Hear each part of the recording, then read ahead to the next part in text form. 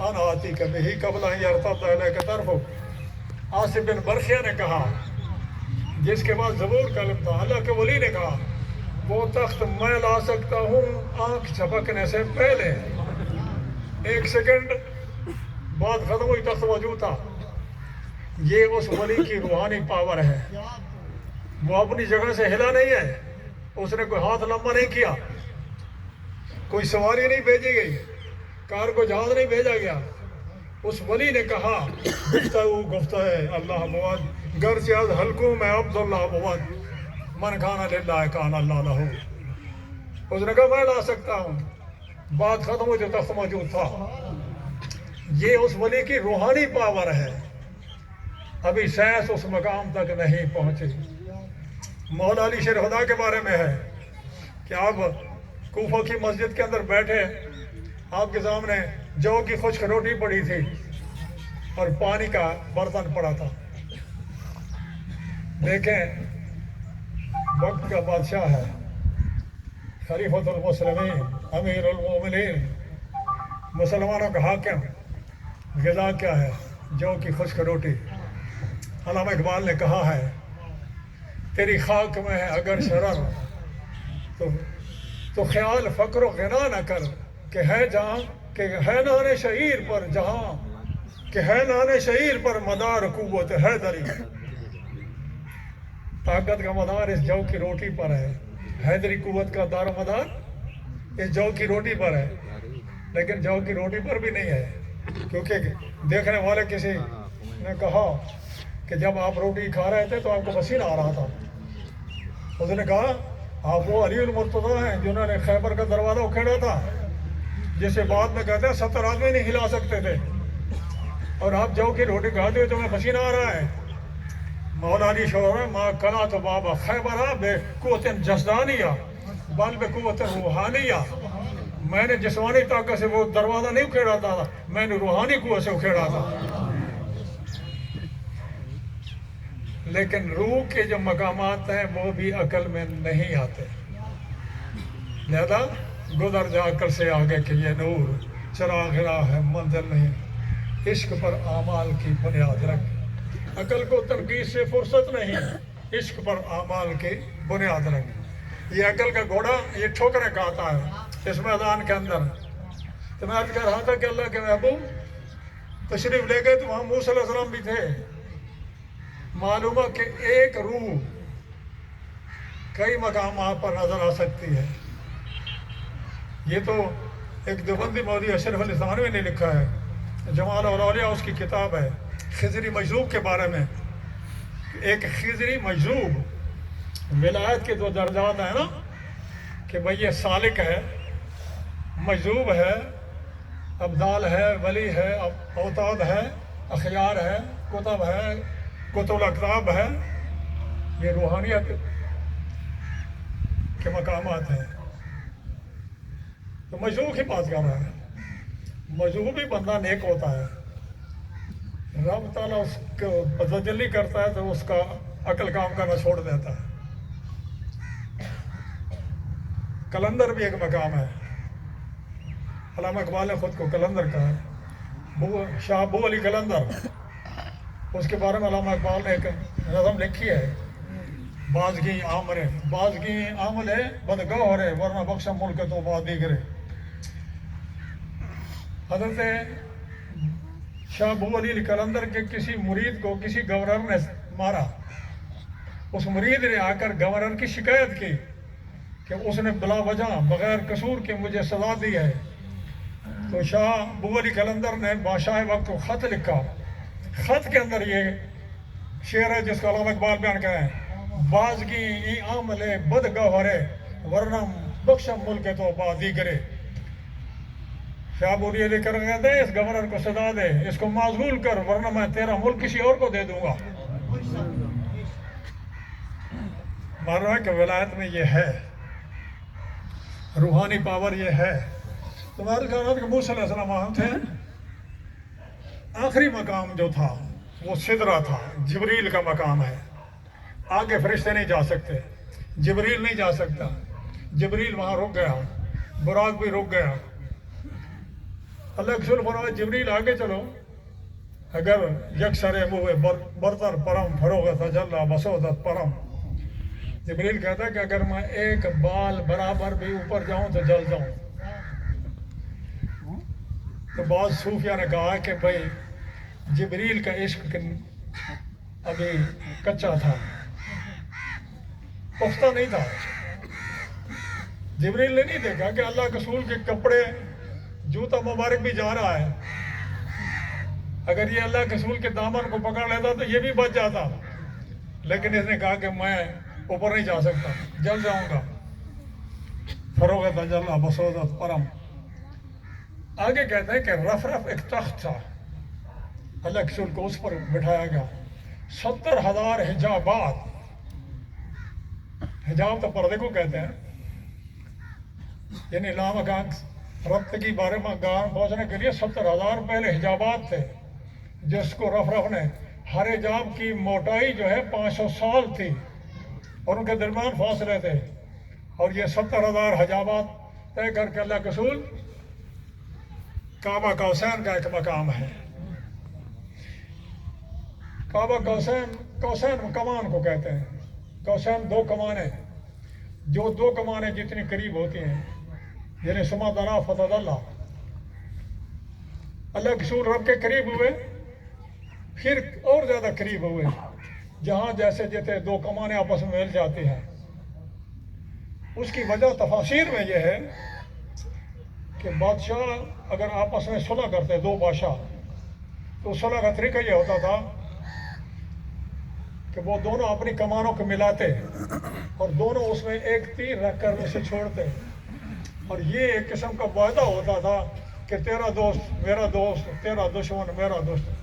تو خالق کائنات کہہ رہا ہے کہ حبیب تیرا دوست میرا دوست، تیرا دشمن میرا دشمن، یعنی اتنی قرب عمر۔ وہاں کیا راز و نیاز ہوئی قرآن نے نہیں بتایا۔ فَأَوْحَىٰ إِلَىٰ عَبْدِهِ مَا أَوْحَىٰ، قرآن کہتا ہے کہ جو وحی کی رب نے اپنے بندے کی طرف وحی کی، ان وحی سے پردہ نہیں اٹھایا گیا، لیکن رب کے دیدار کے بارے میں اجماع صحابہ سوائے حضرت عائشہ صدیقہ رضی اللہ تعالیٰ عنہ کے، اجماع صحابہ ہے کہ اللہ کے رسول صلی اللہ علیہ وسلم نے رب تعالیٰ کی ذات کو دیکھا، صفات کی بات نہیں ہے، ذات کو دیکھا۔ رأیت ربی فی احسن صورت، میں نے رب کو اپنی حسین صورت میں دیکھا۔ جنتی بھی رب کو دیکھیں گے، لیکن وہ جہان اور ہے، اس دنیا کے اندر قرآن کہتا ہے لا تدرک الابصار، یہ آنکھوں میں طاقت نہیں ہے کہ رب کو دیکھ سکیں۔ دل کی آنکھ سے دیکھنا، یہ دل جو صوفیہ جس کو کہتے ہیں نا، اولیاء کے دل کی وسعتیں، دل دریا سمندروں ڈونگے کون دلا دیا جانے ہو، بچے بیڑے بچے جھڑے بچے وانج مہاڑے ہو، 14 طبق دلے دے اندر جیتے عشق تمو وہی تانے ہو۔ ولی کے عشق کی جو ولی کا جو دل ہے، اس کی وسعتیں کا ذکر تفاسیر میں ہے، سید علی خواص کے بارے میں ہے، لو واقع العالم الف الف مرۃ فی قلب العرش ما احس به، 10 لاکھ جہان بھی اگر ولی کے دل میں پڑے رہے تو اسے پتہ ہی نہ ہو۔ اس لیے سلطان عارفی نے کہا نا، دل دریا سمندروں ڈونگے کون دلاندیاں جانے ہو۔ ہم تو جب اپنے پر دیکھتے ہیں تو ہم خالی، تو ہم کہتے ہیں سارے خالی، سارے خالی نہیں ہیں۔ اولیاء کا مقام اور ہے، وہ روحانیت کے اعلیٰ مقام پر ہے۔ میں عرض کرتا ہوں کہ رب تعالیٰ کا دیدار صحابہ کا اجماع ہے کہ اللہ کے محبوب نے رب کا دیدار کیا، اس لیے باقی انبیاء نے دیکھا نہیں ہے، رب کی وحی سے ان کا یقین تھا۔ اللہ کے محبوب کی گواہی عینی ہے، میدان حشر کے اندر یہ بھی قرآن کی تفاسیر میں ہے، احادیث میں بھی ہے۔ قوموں سے پوچھا جائے گا کیا تمہارے پاس انبیاء آئے؟ تو بعض قوم انکار کرتی نہیں آئے۔ امت مسلمہ کو لایا جائے، تم کو لایا جائے گا۔ جن کے بارے میں قرآن کہہ رہے کون تم خیر امت اخرجت للناس، تم بہترین امت ہو. یہ بہتری کی نسبت اللہ کے محبوب کی وجہ سے. ان کو لایا جائے گا. امت مسلمہ کہے گی کہ مولا کریم تیرے انبیاء نے ان کو پیغام دیا. تو کافر کہیں گے یہ تمہارے بعد آیا ہے، ان کو کیا پتا، یہ تو سب سے آخر میں تھے، یہ کیسے گواہ بن سکتے ہیں. تو رب تعالیٰ اپنے حبیب کو گواہ لائے گا. اللہ کا محبوب کہے گا کہ میری امت نے گواہی دی ہے کہ میں نے ان کو بتایا تھا کہ موسیٰ علیہ السلام آئے تھے، عیسیٰ علیہ السلام آئے تھے، شعیب علیہ السلام آئے تھے، ابراہیم علیہ السلام آئے تھے. اللہ کے محبوب کی گواہی کا وہ قومیں انکار نہیں کر سکیں گی، کیونکہ اللہ کے محبوب کی گواہی عینی گواہی ہے. لہذا صحابہ کا اجماع ہے. اور اللہ کا فرمان ہے کہ جنتی جنت میں رب کا دیدار کریں گے جس طرح تم 14ویں رات کے چاند کو دیکھتے ہو. لیکن وہ جہان اور ہے. اور دل کی بات میں کہہ رہا تھا کہ دل کی آنکھ بھی ہے، دل کے کان بھی ہیں. یہ بات حدیث میں ہے. اللہ کے محبوب سو رہے ہیں، 2 فرشتے آئے. ایک فرشتے نے پوچھا اس کے بارے میں کیا کہتے ہو؟ اس نے کہا لہو قلب شدید فیہ عینان یبصران و اذنان یسمعان. اس کے پاس ایک مضبوط دل ہے جس کے کان بھی ہیں اور اس کی آنکھیں بھی ہیں. اللہ کے میں فرماتے انی ارا ما لا ترون انی اسمع ما لا تسمعون. جو میں دیکھتا ہوں تم نہیں دیکھتے، جو میں سنتا ہوں تم نہیں سنتے. ہمارا عقیدہ یہ ہے کہ جس طرح اللہ تعالیٰ اپنی ذات و صفات کے اندر بے مثل اور بے مثال ہے، رب تعالیٰ مخلوق میں بے مثل اور بے مثال ہے. کوئی نبی بھی اس مقام تک نہیں پہنچ سکتا جو مقام رب تعالیٰ نے اپنے حبیب کو عطا کیا. یعنی دیدار، آنکھوں سے دیدار صرف یہ اللہ کے محبوب کی خصوصیت ہے، اور وہ بھی لا مقام پر. رأیت ربی فی احسن صورت، اور قرآن اسے کہہ رہا ہے کعبہ کا حسین او ادنا. اور مقصد ہے کہ یہ معراج کے واقعات بڑے طویل ہیں، جس میں یہ ہے کہ اللہ کے رسول نے جنت کو بھی دیکھا، دوزخ کو بھی دیکھا. جنت کے اندر اللہ کے فرماتے میں جنت میں گیا تو بلال کے قدموں کی آواز سنیں. اللہ کے محبوب کی سماعت دیکھ لیں. اللہ کے محبوب جنت میں ہے. جنت ان آسمانوں سے اوپر 8 جنتیں ہیں. بلال کہاں چل رہا ہے؟ مکہ کی سرزمین پر چل رہا ہے. ادھر تہجد کے لیے اٹھا ہوا ہے، ادھر زمین پر چل رہا ہے، لیکن اس بندے کی قدموں کی آواز اللہ کے رسول جنت میں سن رہا ہے. کہ میں نے بلال کو بتایا اے کہ بلال میں نے تیرے قدموں کی آواز جنت میں سنی، کون سا عمل کرتے ہو؟ بلال نے عرض کیا یا رسول اللہ اور تو کوئی عمل نہیں ہے، جب بھی میں وضو کرتا ہوں تحیۃ الوضو نماز پڑھتا ہوں.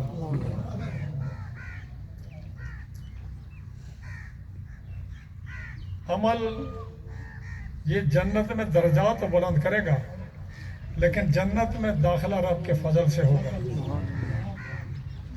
تو میں عرض کر رہا تھا کہ اللہ کے رسول فرمایا میں نے رمیسہ ایک صحابی کے بارے میں ہے، میں نے اسے جنت میں وضو کرتے دیکھا ہے. وہ کہیں زمین پر کر رہی تھی. اللہ فرمایا کہ میں نے عمر کا جنتی محل بھی دیکھا ہے. اس کے باہر بھی ایک حور وضو کر رہی تھی. جنت کو بھی دیکھا ہے، دوزخ کو بھی دیکھا ہے. دوزخ کے اندر عورتیں کہ لڑکی ہوئی ہے کہ یہ زناکار ہے. بعض اور مناظر کا ذکر بھی ہے، سود خوروں کے بارے میں ہے. لیکن فرمایا کہ میں نے دیکھا کچھ لوگوں کو جن کے بڑے بڑے پیٹ ہیں، جس طرح کوئی شیشہ ہوتا ہے، اندر سانپ اور بچھو پھر رہے ہیں. تو میں نے جبریل سے پوچھا یہ لوگ کون ہیں؟ تو جبریل نے کہا یہ سود خورے ہیں. کچھ لوگ ہیں جن کے سر کچلے جا رہے ہیں، فرشتہ سر کچلتا ہے تو وہ پھر ٹھیک ہو جاتا ہے، وہ پھر کچلتا ہے. تو جبریل نے کہا یہ زکوٰۃ نہ دینے والے ہیں اور بے نمازی ہیں. کچھ لوگوں کے کینچیاں سے ہونٹ اور زبانیں کاٹی جا رہی ہیں. کہا گیا کہ یہ اس امت کے واعظین بے عمل ہیں. دوسروں کو نصیحت، خود میں وصیت، ان کا ذکر بھی ہے.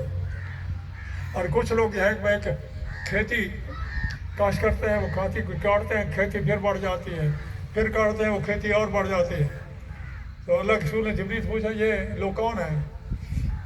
تو جبریل نے کہا یہ مجاہدین ہیں، ان کی نیکیاں بڑھتی ہی بڑھتی رہتی ہیں، کم نہیں ہوتی. یہ مناظر بھی اللہ کے رسول نے دیکھے ہیں، یعنی زکوٰۃ نہ دینے والے، نماز نہ پڑھنے والے، سود خورے، ان کو بھی دیکھا ہے. ایک پتھر کو دیکھا کہ اسے ایک بیل نکلا ہے اور پھر وہ اس پتھر میں گھسنا چاہتا ہے، جا نہیں سکتا. تو اللہ کے رسول جبریل سے پوچھا، تو جبریل نے عرض کیا کہ یہ اس بندے کی مثال ہے جو منہ سے بات نکالتا ہے اور پھر اسے ندامت ہوتی ہے، وہ اس بات کو واپس لینا چاہتا ہے تو لے نہیں سکتا. لہذا سوچ سمجھ کر بات کرنی چاہیے نا. ذوالفقار علی بھٹو جانتے ہیں؟ پیپل پارٹی کا بانی. تو پیپل پارٹی کے لیے بیٹھا ہو تو دیکھ، میں جو بات کہہ رہا ہوں یہ تاریخی ہے. میں اس وقت فیصل آباد جامعہ رضویہ میں پڑھتا تھا. یہ بھٹو غالب آ گیا، یہ تقریر کر رہا تھا. اس وقت ٹی وی نہیں تھا، ریڈیو تھا. تو ریڈیو پر تقریر کر رہا تھا یہ، اور وہ تقریر پوری دنیا میں نشر ہو رہی تھی. ادھر ایک صحابی بیٹھا تھا، اس کے ساتھ دوسرے ساتھی سے وہ بات کرنے لگا نا، تو بھٹو کو بات پسند نہیں ہے کہ میری تقریر کے دوران یہ آپس میں بات کریں. تو بھٹو نے اسے گالی دی، ماں بہن کی گالی دی. پھر اسے خیال آیا کہ میری تقریر تو نشر ہو رہی ہے. پھر کہتے ہیں کاٹ دو کاٹ دو کاٹ دو. تو اب کیسے کٹے، وہ تو نشر ہو گئی تھی. اس کی مثال یہاں ہے کہ وہ پتھر سے بیل نکلتا ہے، واپس نہیں جا سکتا. جو بندہ منہ سے بات نکالتا ہے اور وہ کوشش کرے کہ واپس ہو جائے، واپس نہیں ہوگی. لہذا جب بھی بولو تو سمجھ کر بولو کہ فرشتے بھی لکھ رہے ہیں، خالق کے کائنات بھی جانتا ہے. عزیزان گرامی، میں اللہ کے محبوب کے معجزات میں سے آخری معجزے کی بات کرتا ہوں جو اس واقعہ معراج میں ہوا ہے. کفار مکہ نے کہا کہ اگر تم نے سفر کیا ہے مسجد اقصیٰ کی طرف تو ہمارے قافلے تجارت کے لیے گئے ہوئے ہیں، وہ کچھ راستے میں ملے ہیں. اور کہاں ملے ہیں؟ الیکشن میں ہاں ملے ہیں، قافلے ملے ہیں. ایک قافلہ مقام روحا پر ملا ہے. اس قافلے کا ایک اونٹ گم ہو گیا تھا، اس کو ڈھونڈ رہے تھے. میں نے ان کو بتایا کہ تمہارا اونٹ فلاں جگہ ہے، اور وہ حیران ہوئے کہ محمد صلی اللہ علیہ وسلم کی آواز یہاں کیسے. یہ قافلہ مقام روحا میں ہے اور یہ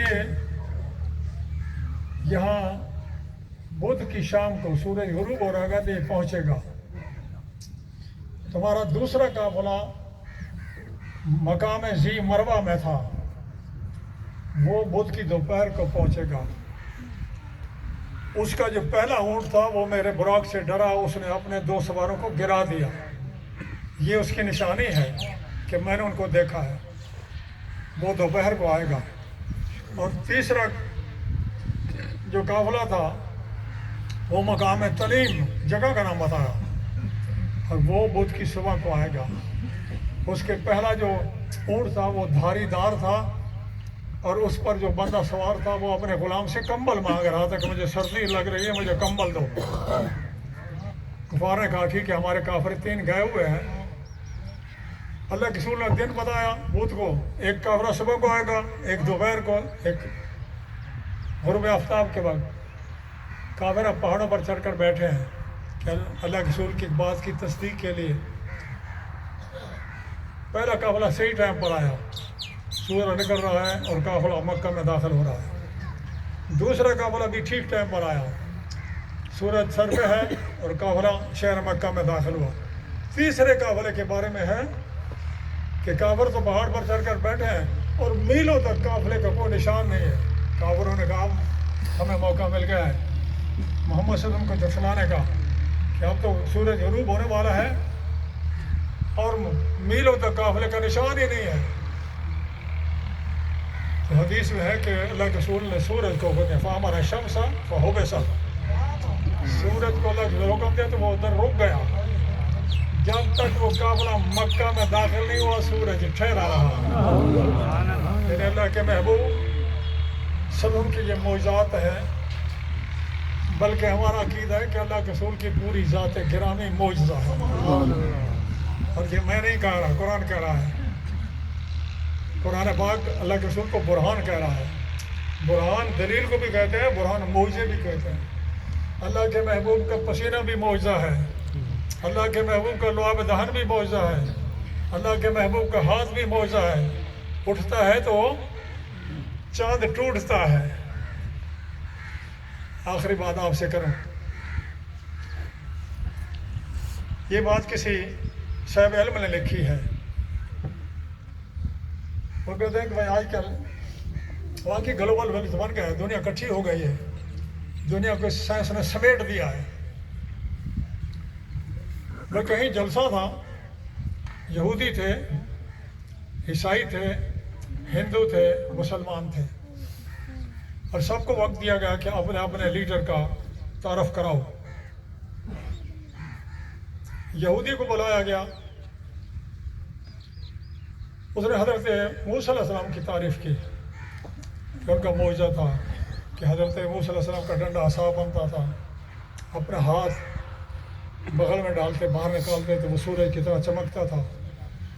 اپنا عصا انہوں نے ایک پتھر پر مارا تو رب تعالیٰ قرآن میں بیان کر رہا ہے کہ وہاں سے 12 چشمے جاری ہوئے. دریا نیل پر اسے مارا تو اس میں راستے بن گئے. تو اس میں یہ ہے کہ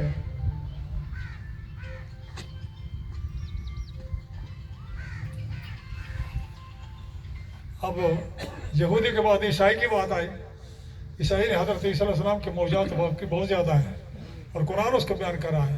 اندھوں کو ٹھیک کرنا، مادر زادہ انڈوں کو آنکھیں دینا، کوڑیوں کو شفا دینا، مردوں کو زندہ کرنا، مٹی کا پرندہ بناتے اس میں ہوا اس میں پھونک مارتے تو ہوا میں اڑ جاتا. یہ موسیٰ علیہ السلام حضرت عیسیٰ علیہ السلام کے معجزات ہیں. غیب کی خبریں دیتے ہیں کہ تمہارے گھر میں کیا چیز تم نے ذخیرہ رکھی ہے، کیا چیز کھا کر آئے ہو. یہ معجزات قرآن بیان کر رہا ہے. اب ہر جو مقرر آ رہا ہے وہ اپنے لیڈر کی تعریف کر کے دعویٰ دیتا ہے کہ تو اس پر ایمان لاؤ. ہندو آیا، اس نے رام چندر کی تعریف کی کہ ہمارا لیڈر بڑا پاورفل تھا. ایک عورت سیتا تھی، بادشاہ کی بیٹی، تو بادشاہ نے کمان رکھی ہوئی تھی کہ جو اس کمان میں تیر رکھ کر چلائے گا میری بیٹی کا نکاح اس سے ہوگا. وہ اتنی بھاری تھی کہ بندہ اٹھا نہیں سکتا تھا. اتنی کمان بھاری تھی کہ کوئی آدمی اسے اٹھا نہیں سکتا تھا. رام چندر آیا، اس نے اٹھایا اور اس نے تیر مارا تو کمان ٹوٹ گئی. اتنا طاقتور تھا جس کو بندے اٹھا نہیں سکتے تھے، اس نے توڑ دی. اب ایک وہابی مولوی کو بلایا گیا، اس نے اپنے نبی کا تعارف کیسے کرا؟ او جی میرا نبی تو کچھ نہیں کر سکتا تھا، اسے تو دیوار کے پیچھے کا بھی علم نہیں تھا، اسے کوئی اختیار نہیں تھا، وہ تو ایک بے بس تھا، ہماری طرح ایک انسان تھا، اس میں کوئی خوبی نہیں تھی.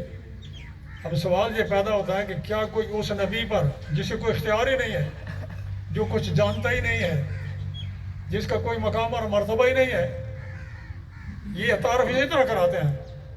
وہ جی ہماری طرح تھے، ان کی دعائیں تھیں، ان کے دعات تھے، ہمارے بھی دعات. انہوں نے شادی کی، ہم نے شادی کی، وہ ہماری طرح تھے. اگر کوئی سنی مقرر آئے تو وہ تعارف کیا کرائے گا؟ وہ کہے گا کہ اگر حضرت موسیٰ علیہ السلام نے پتھر سے چشمے جاری کیے تو میرے حبیب نے انگلیوں سے چشمے جاری کیے.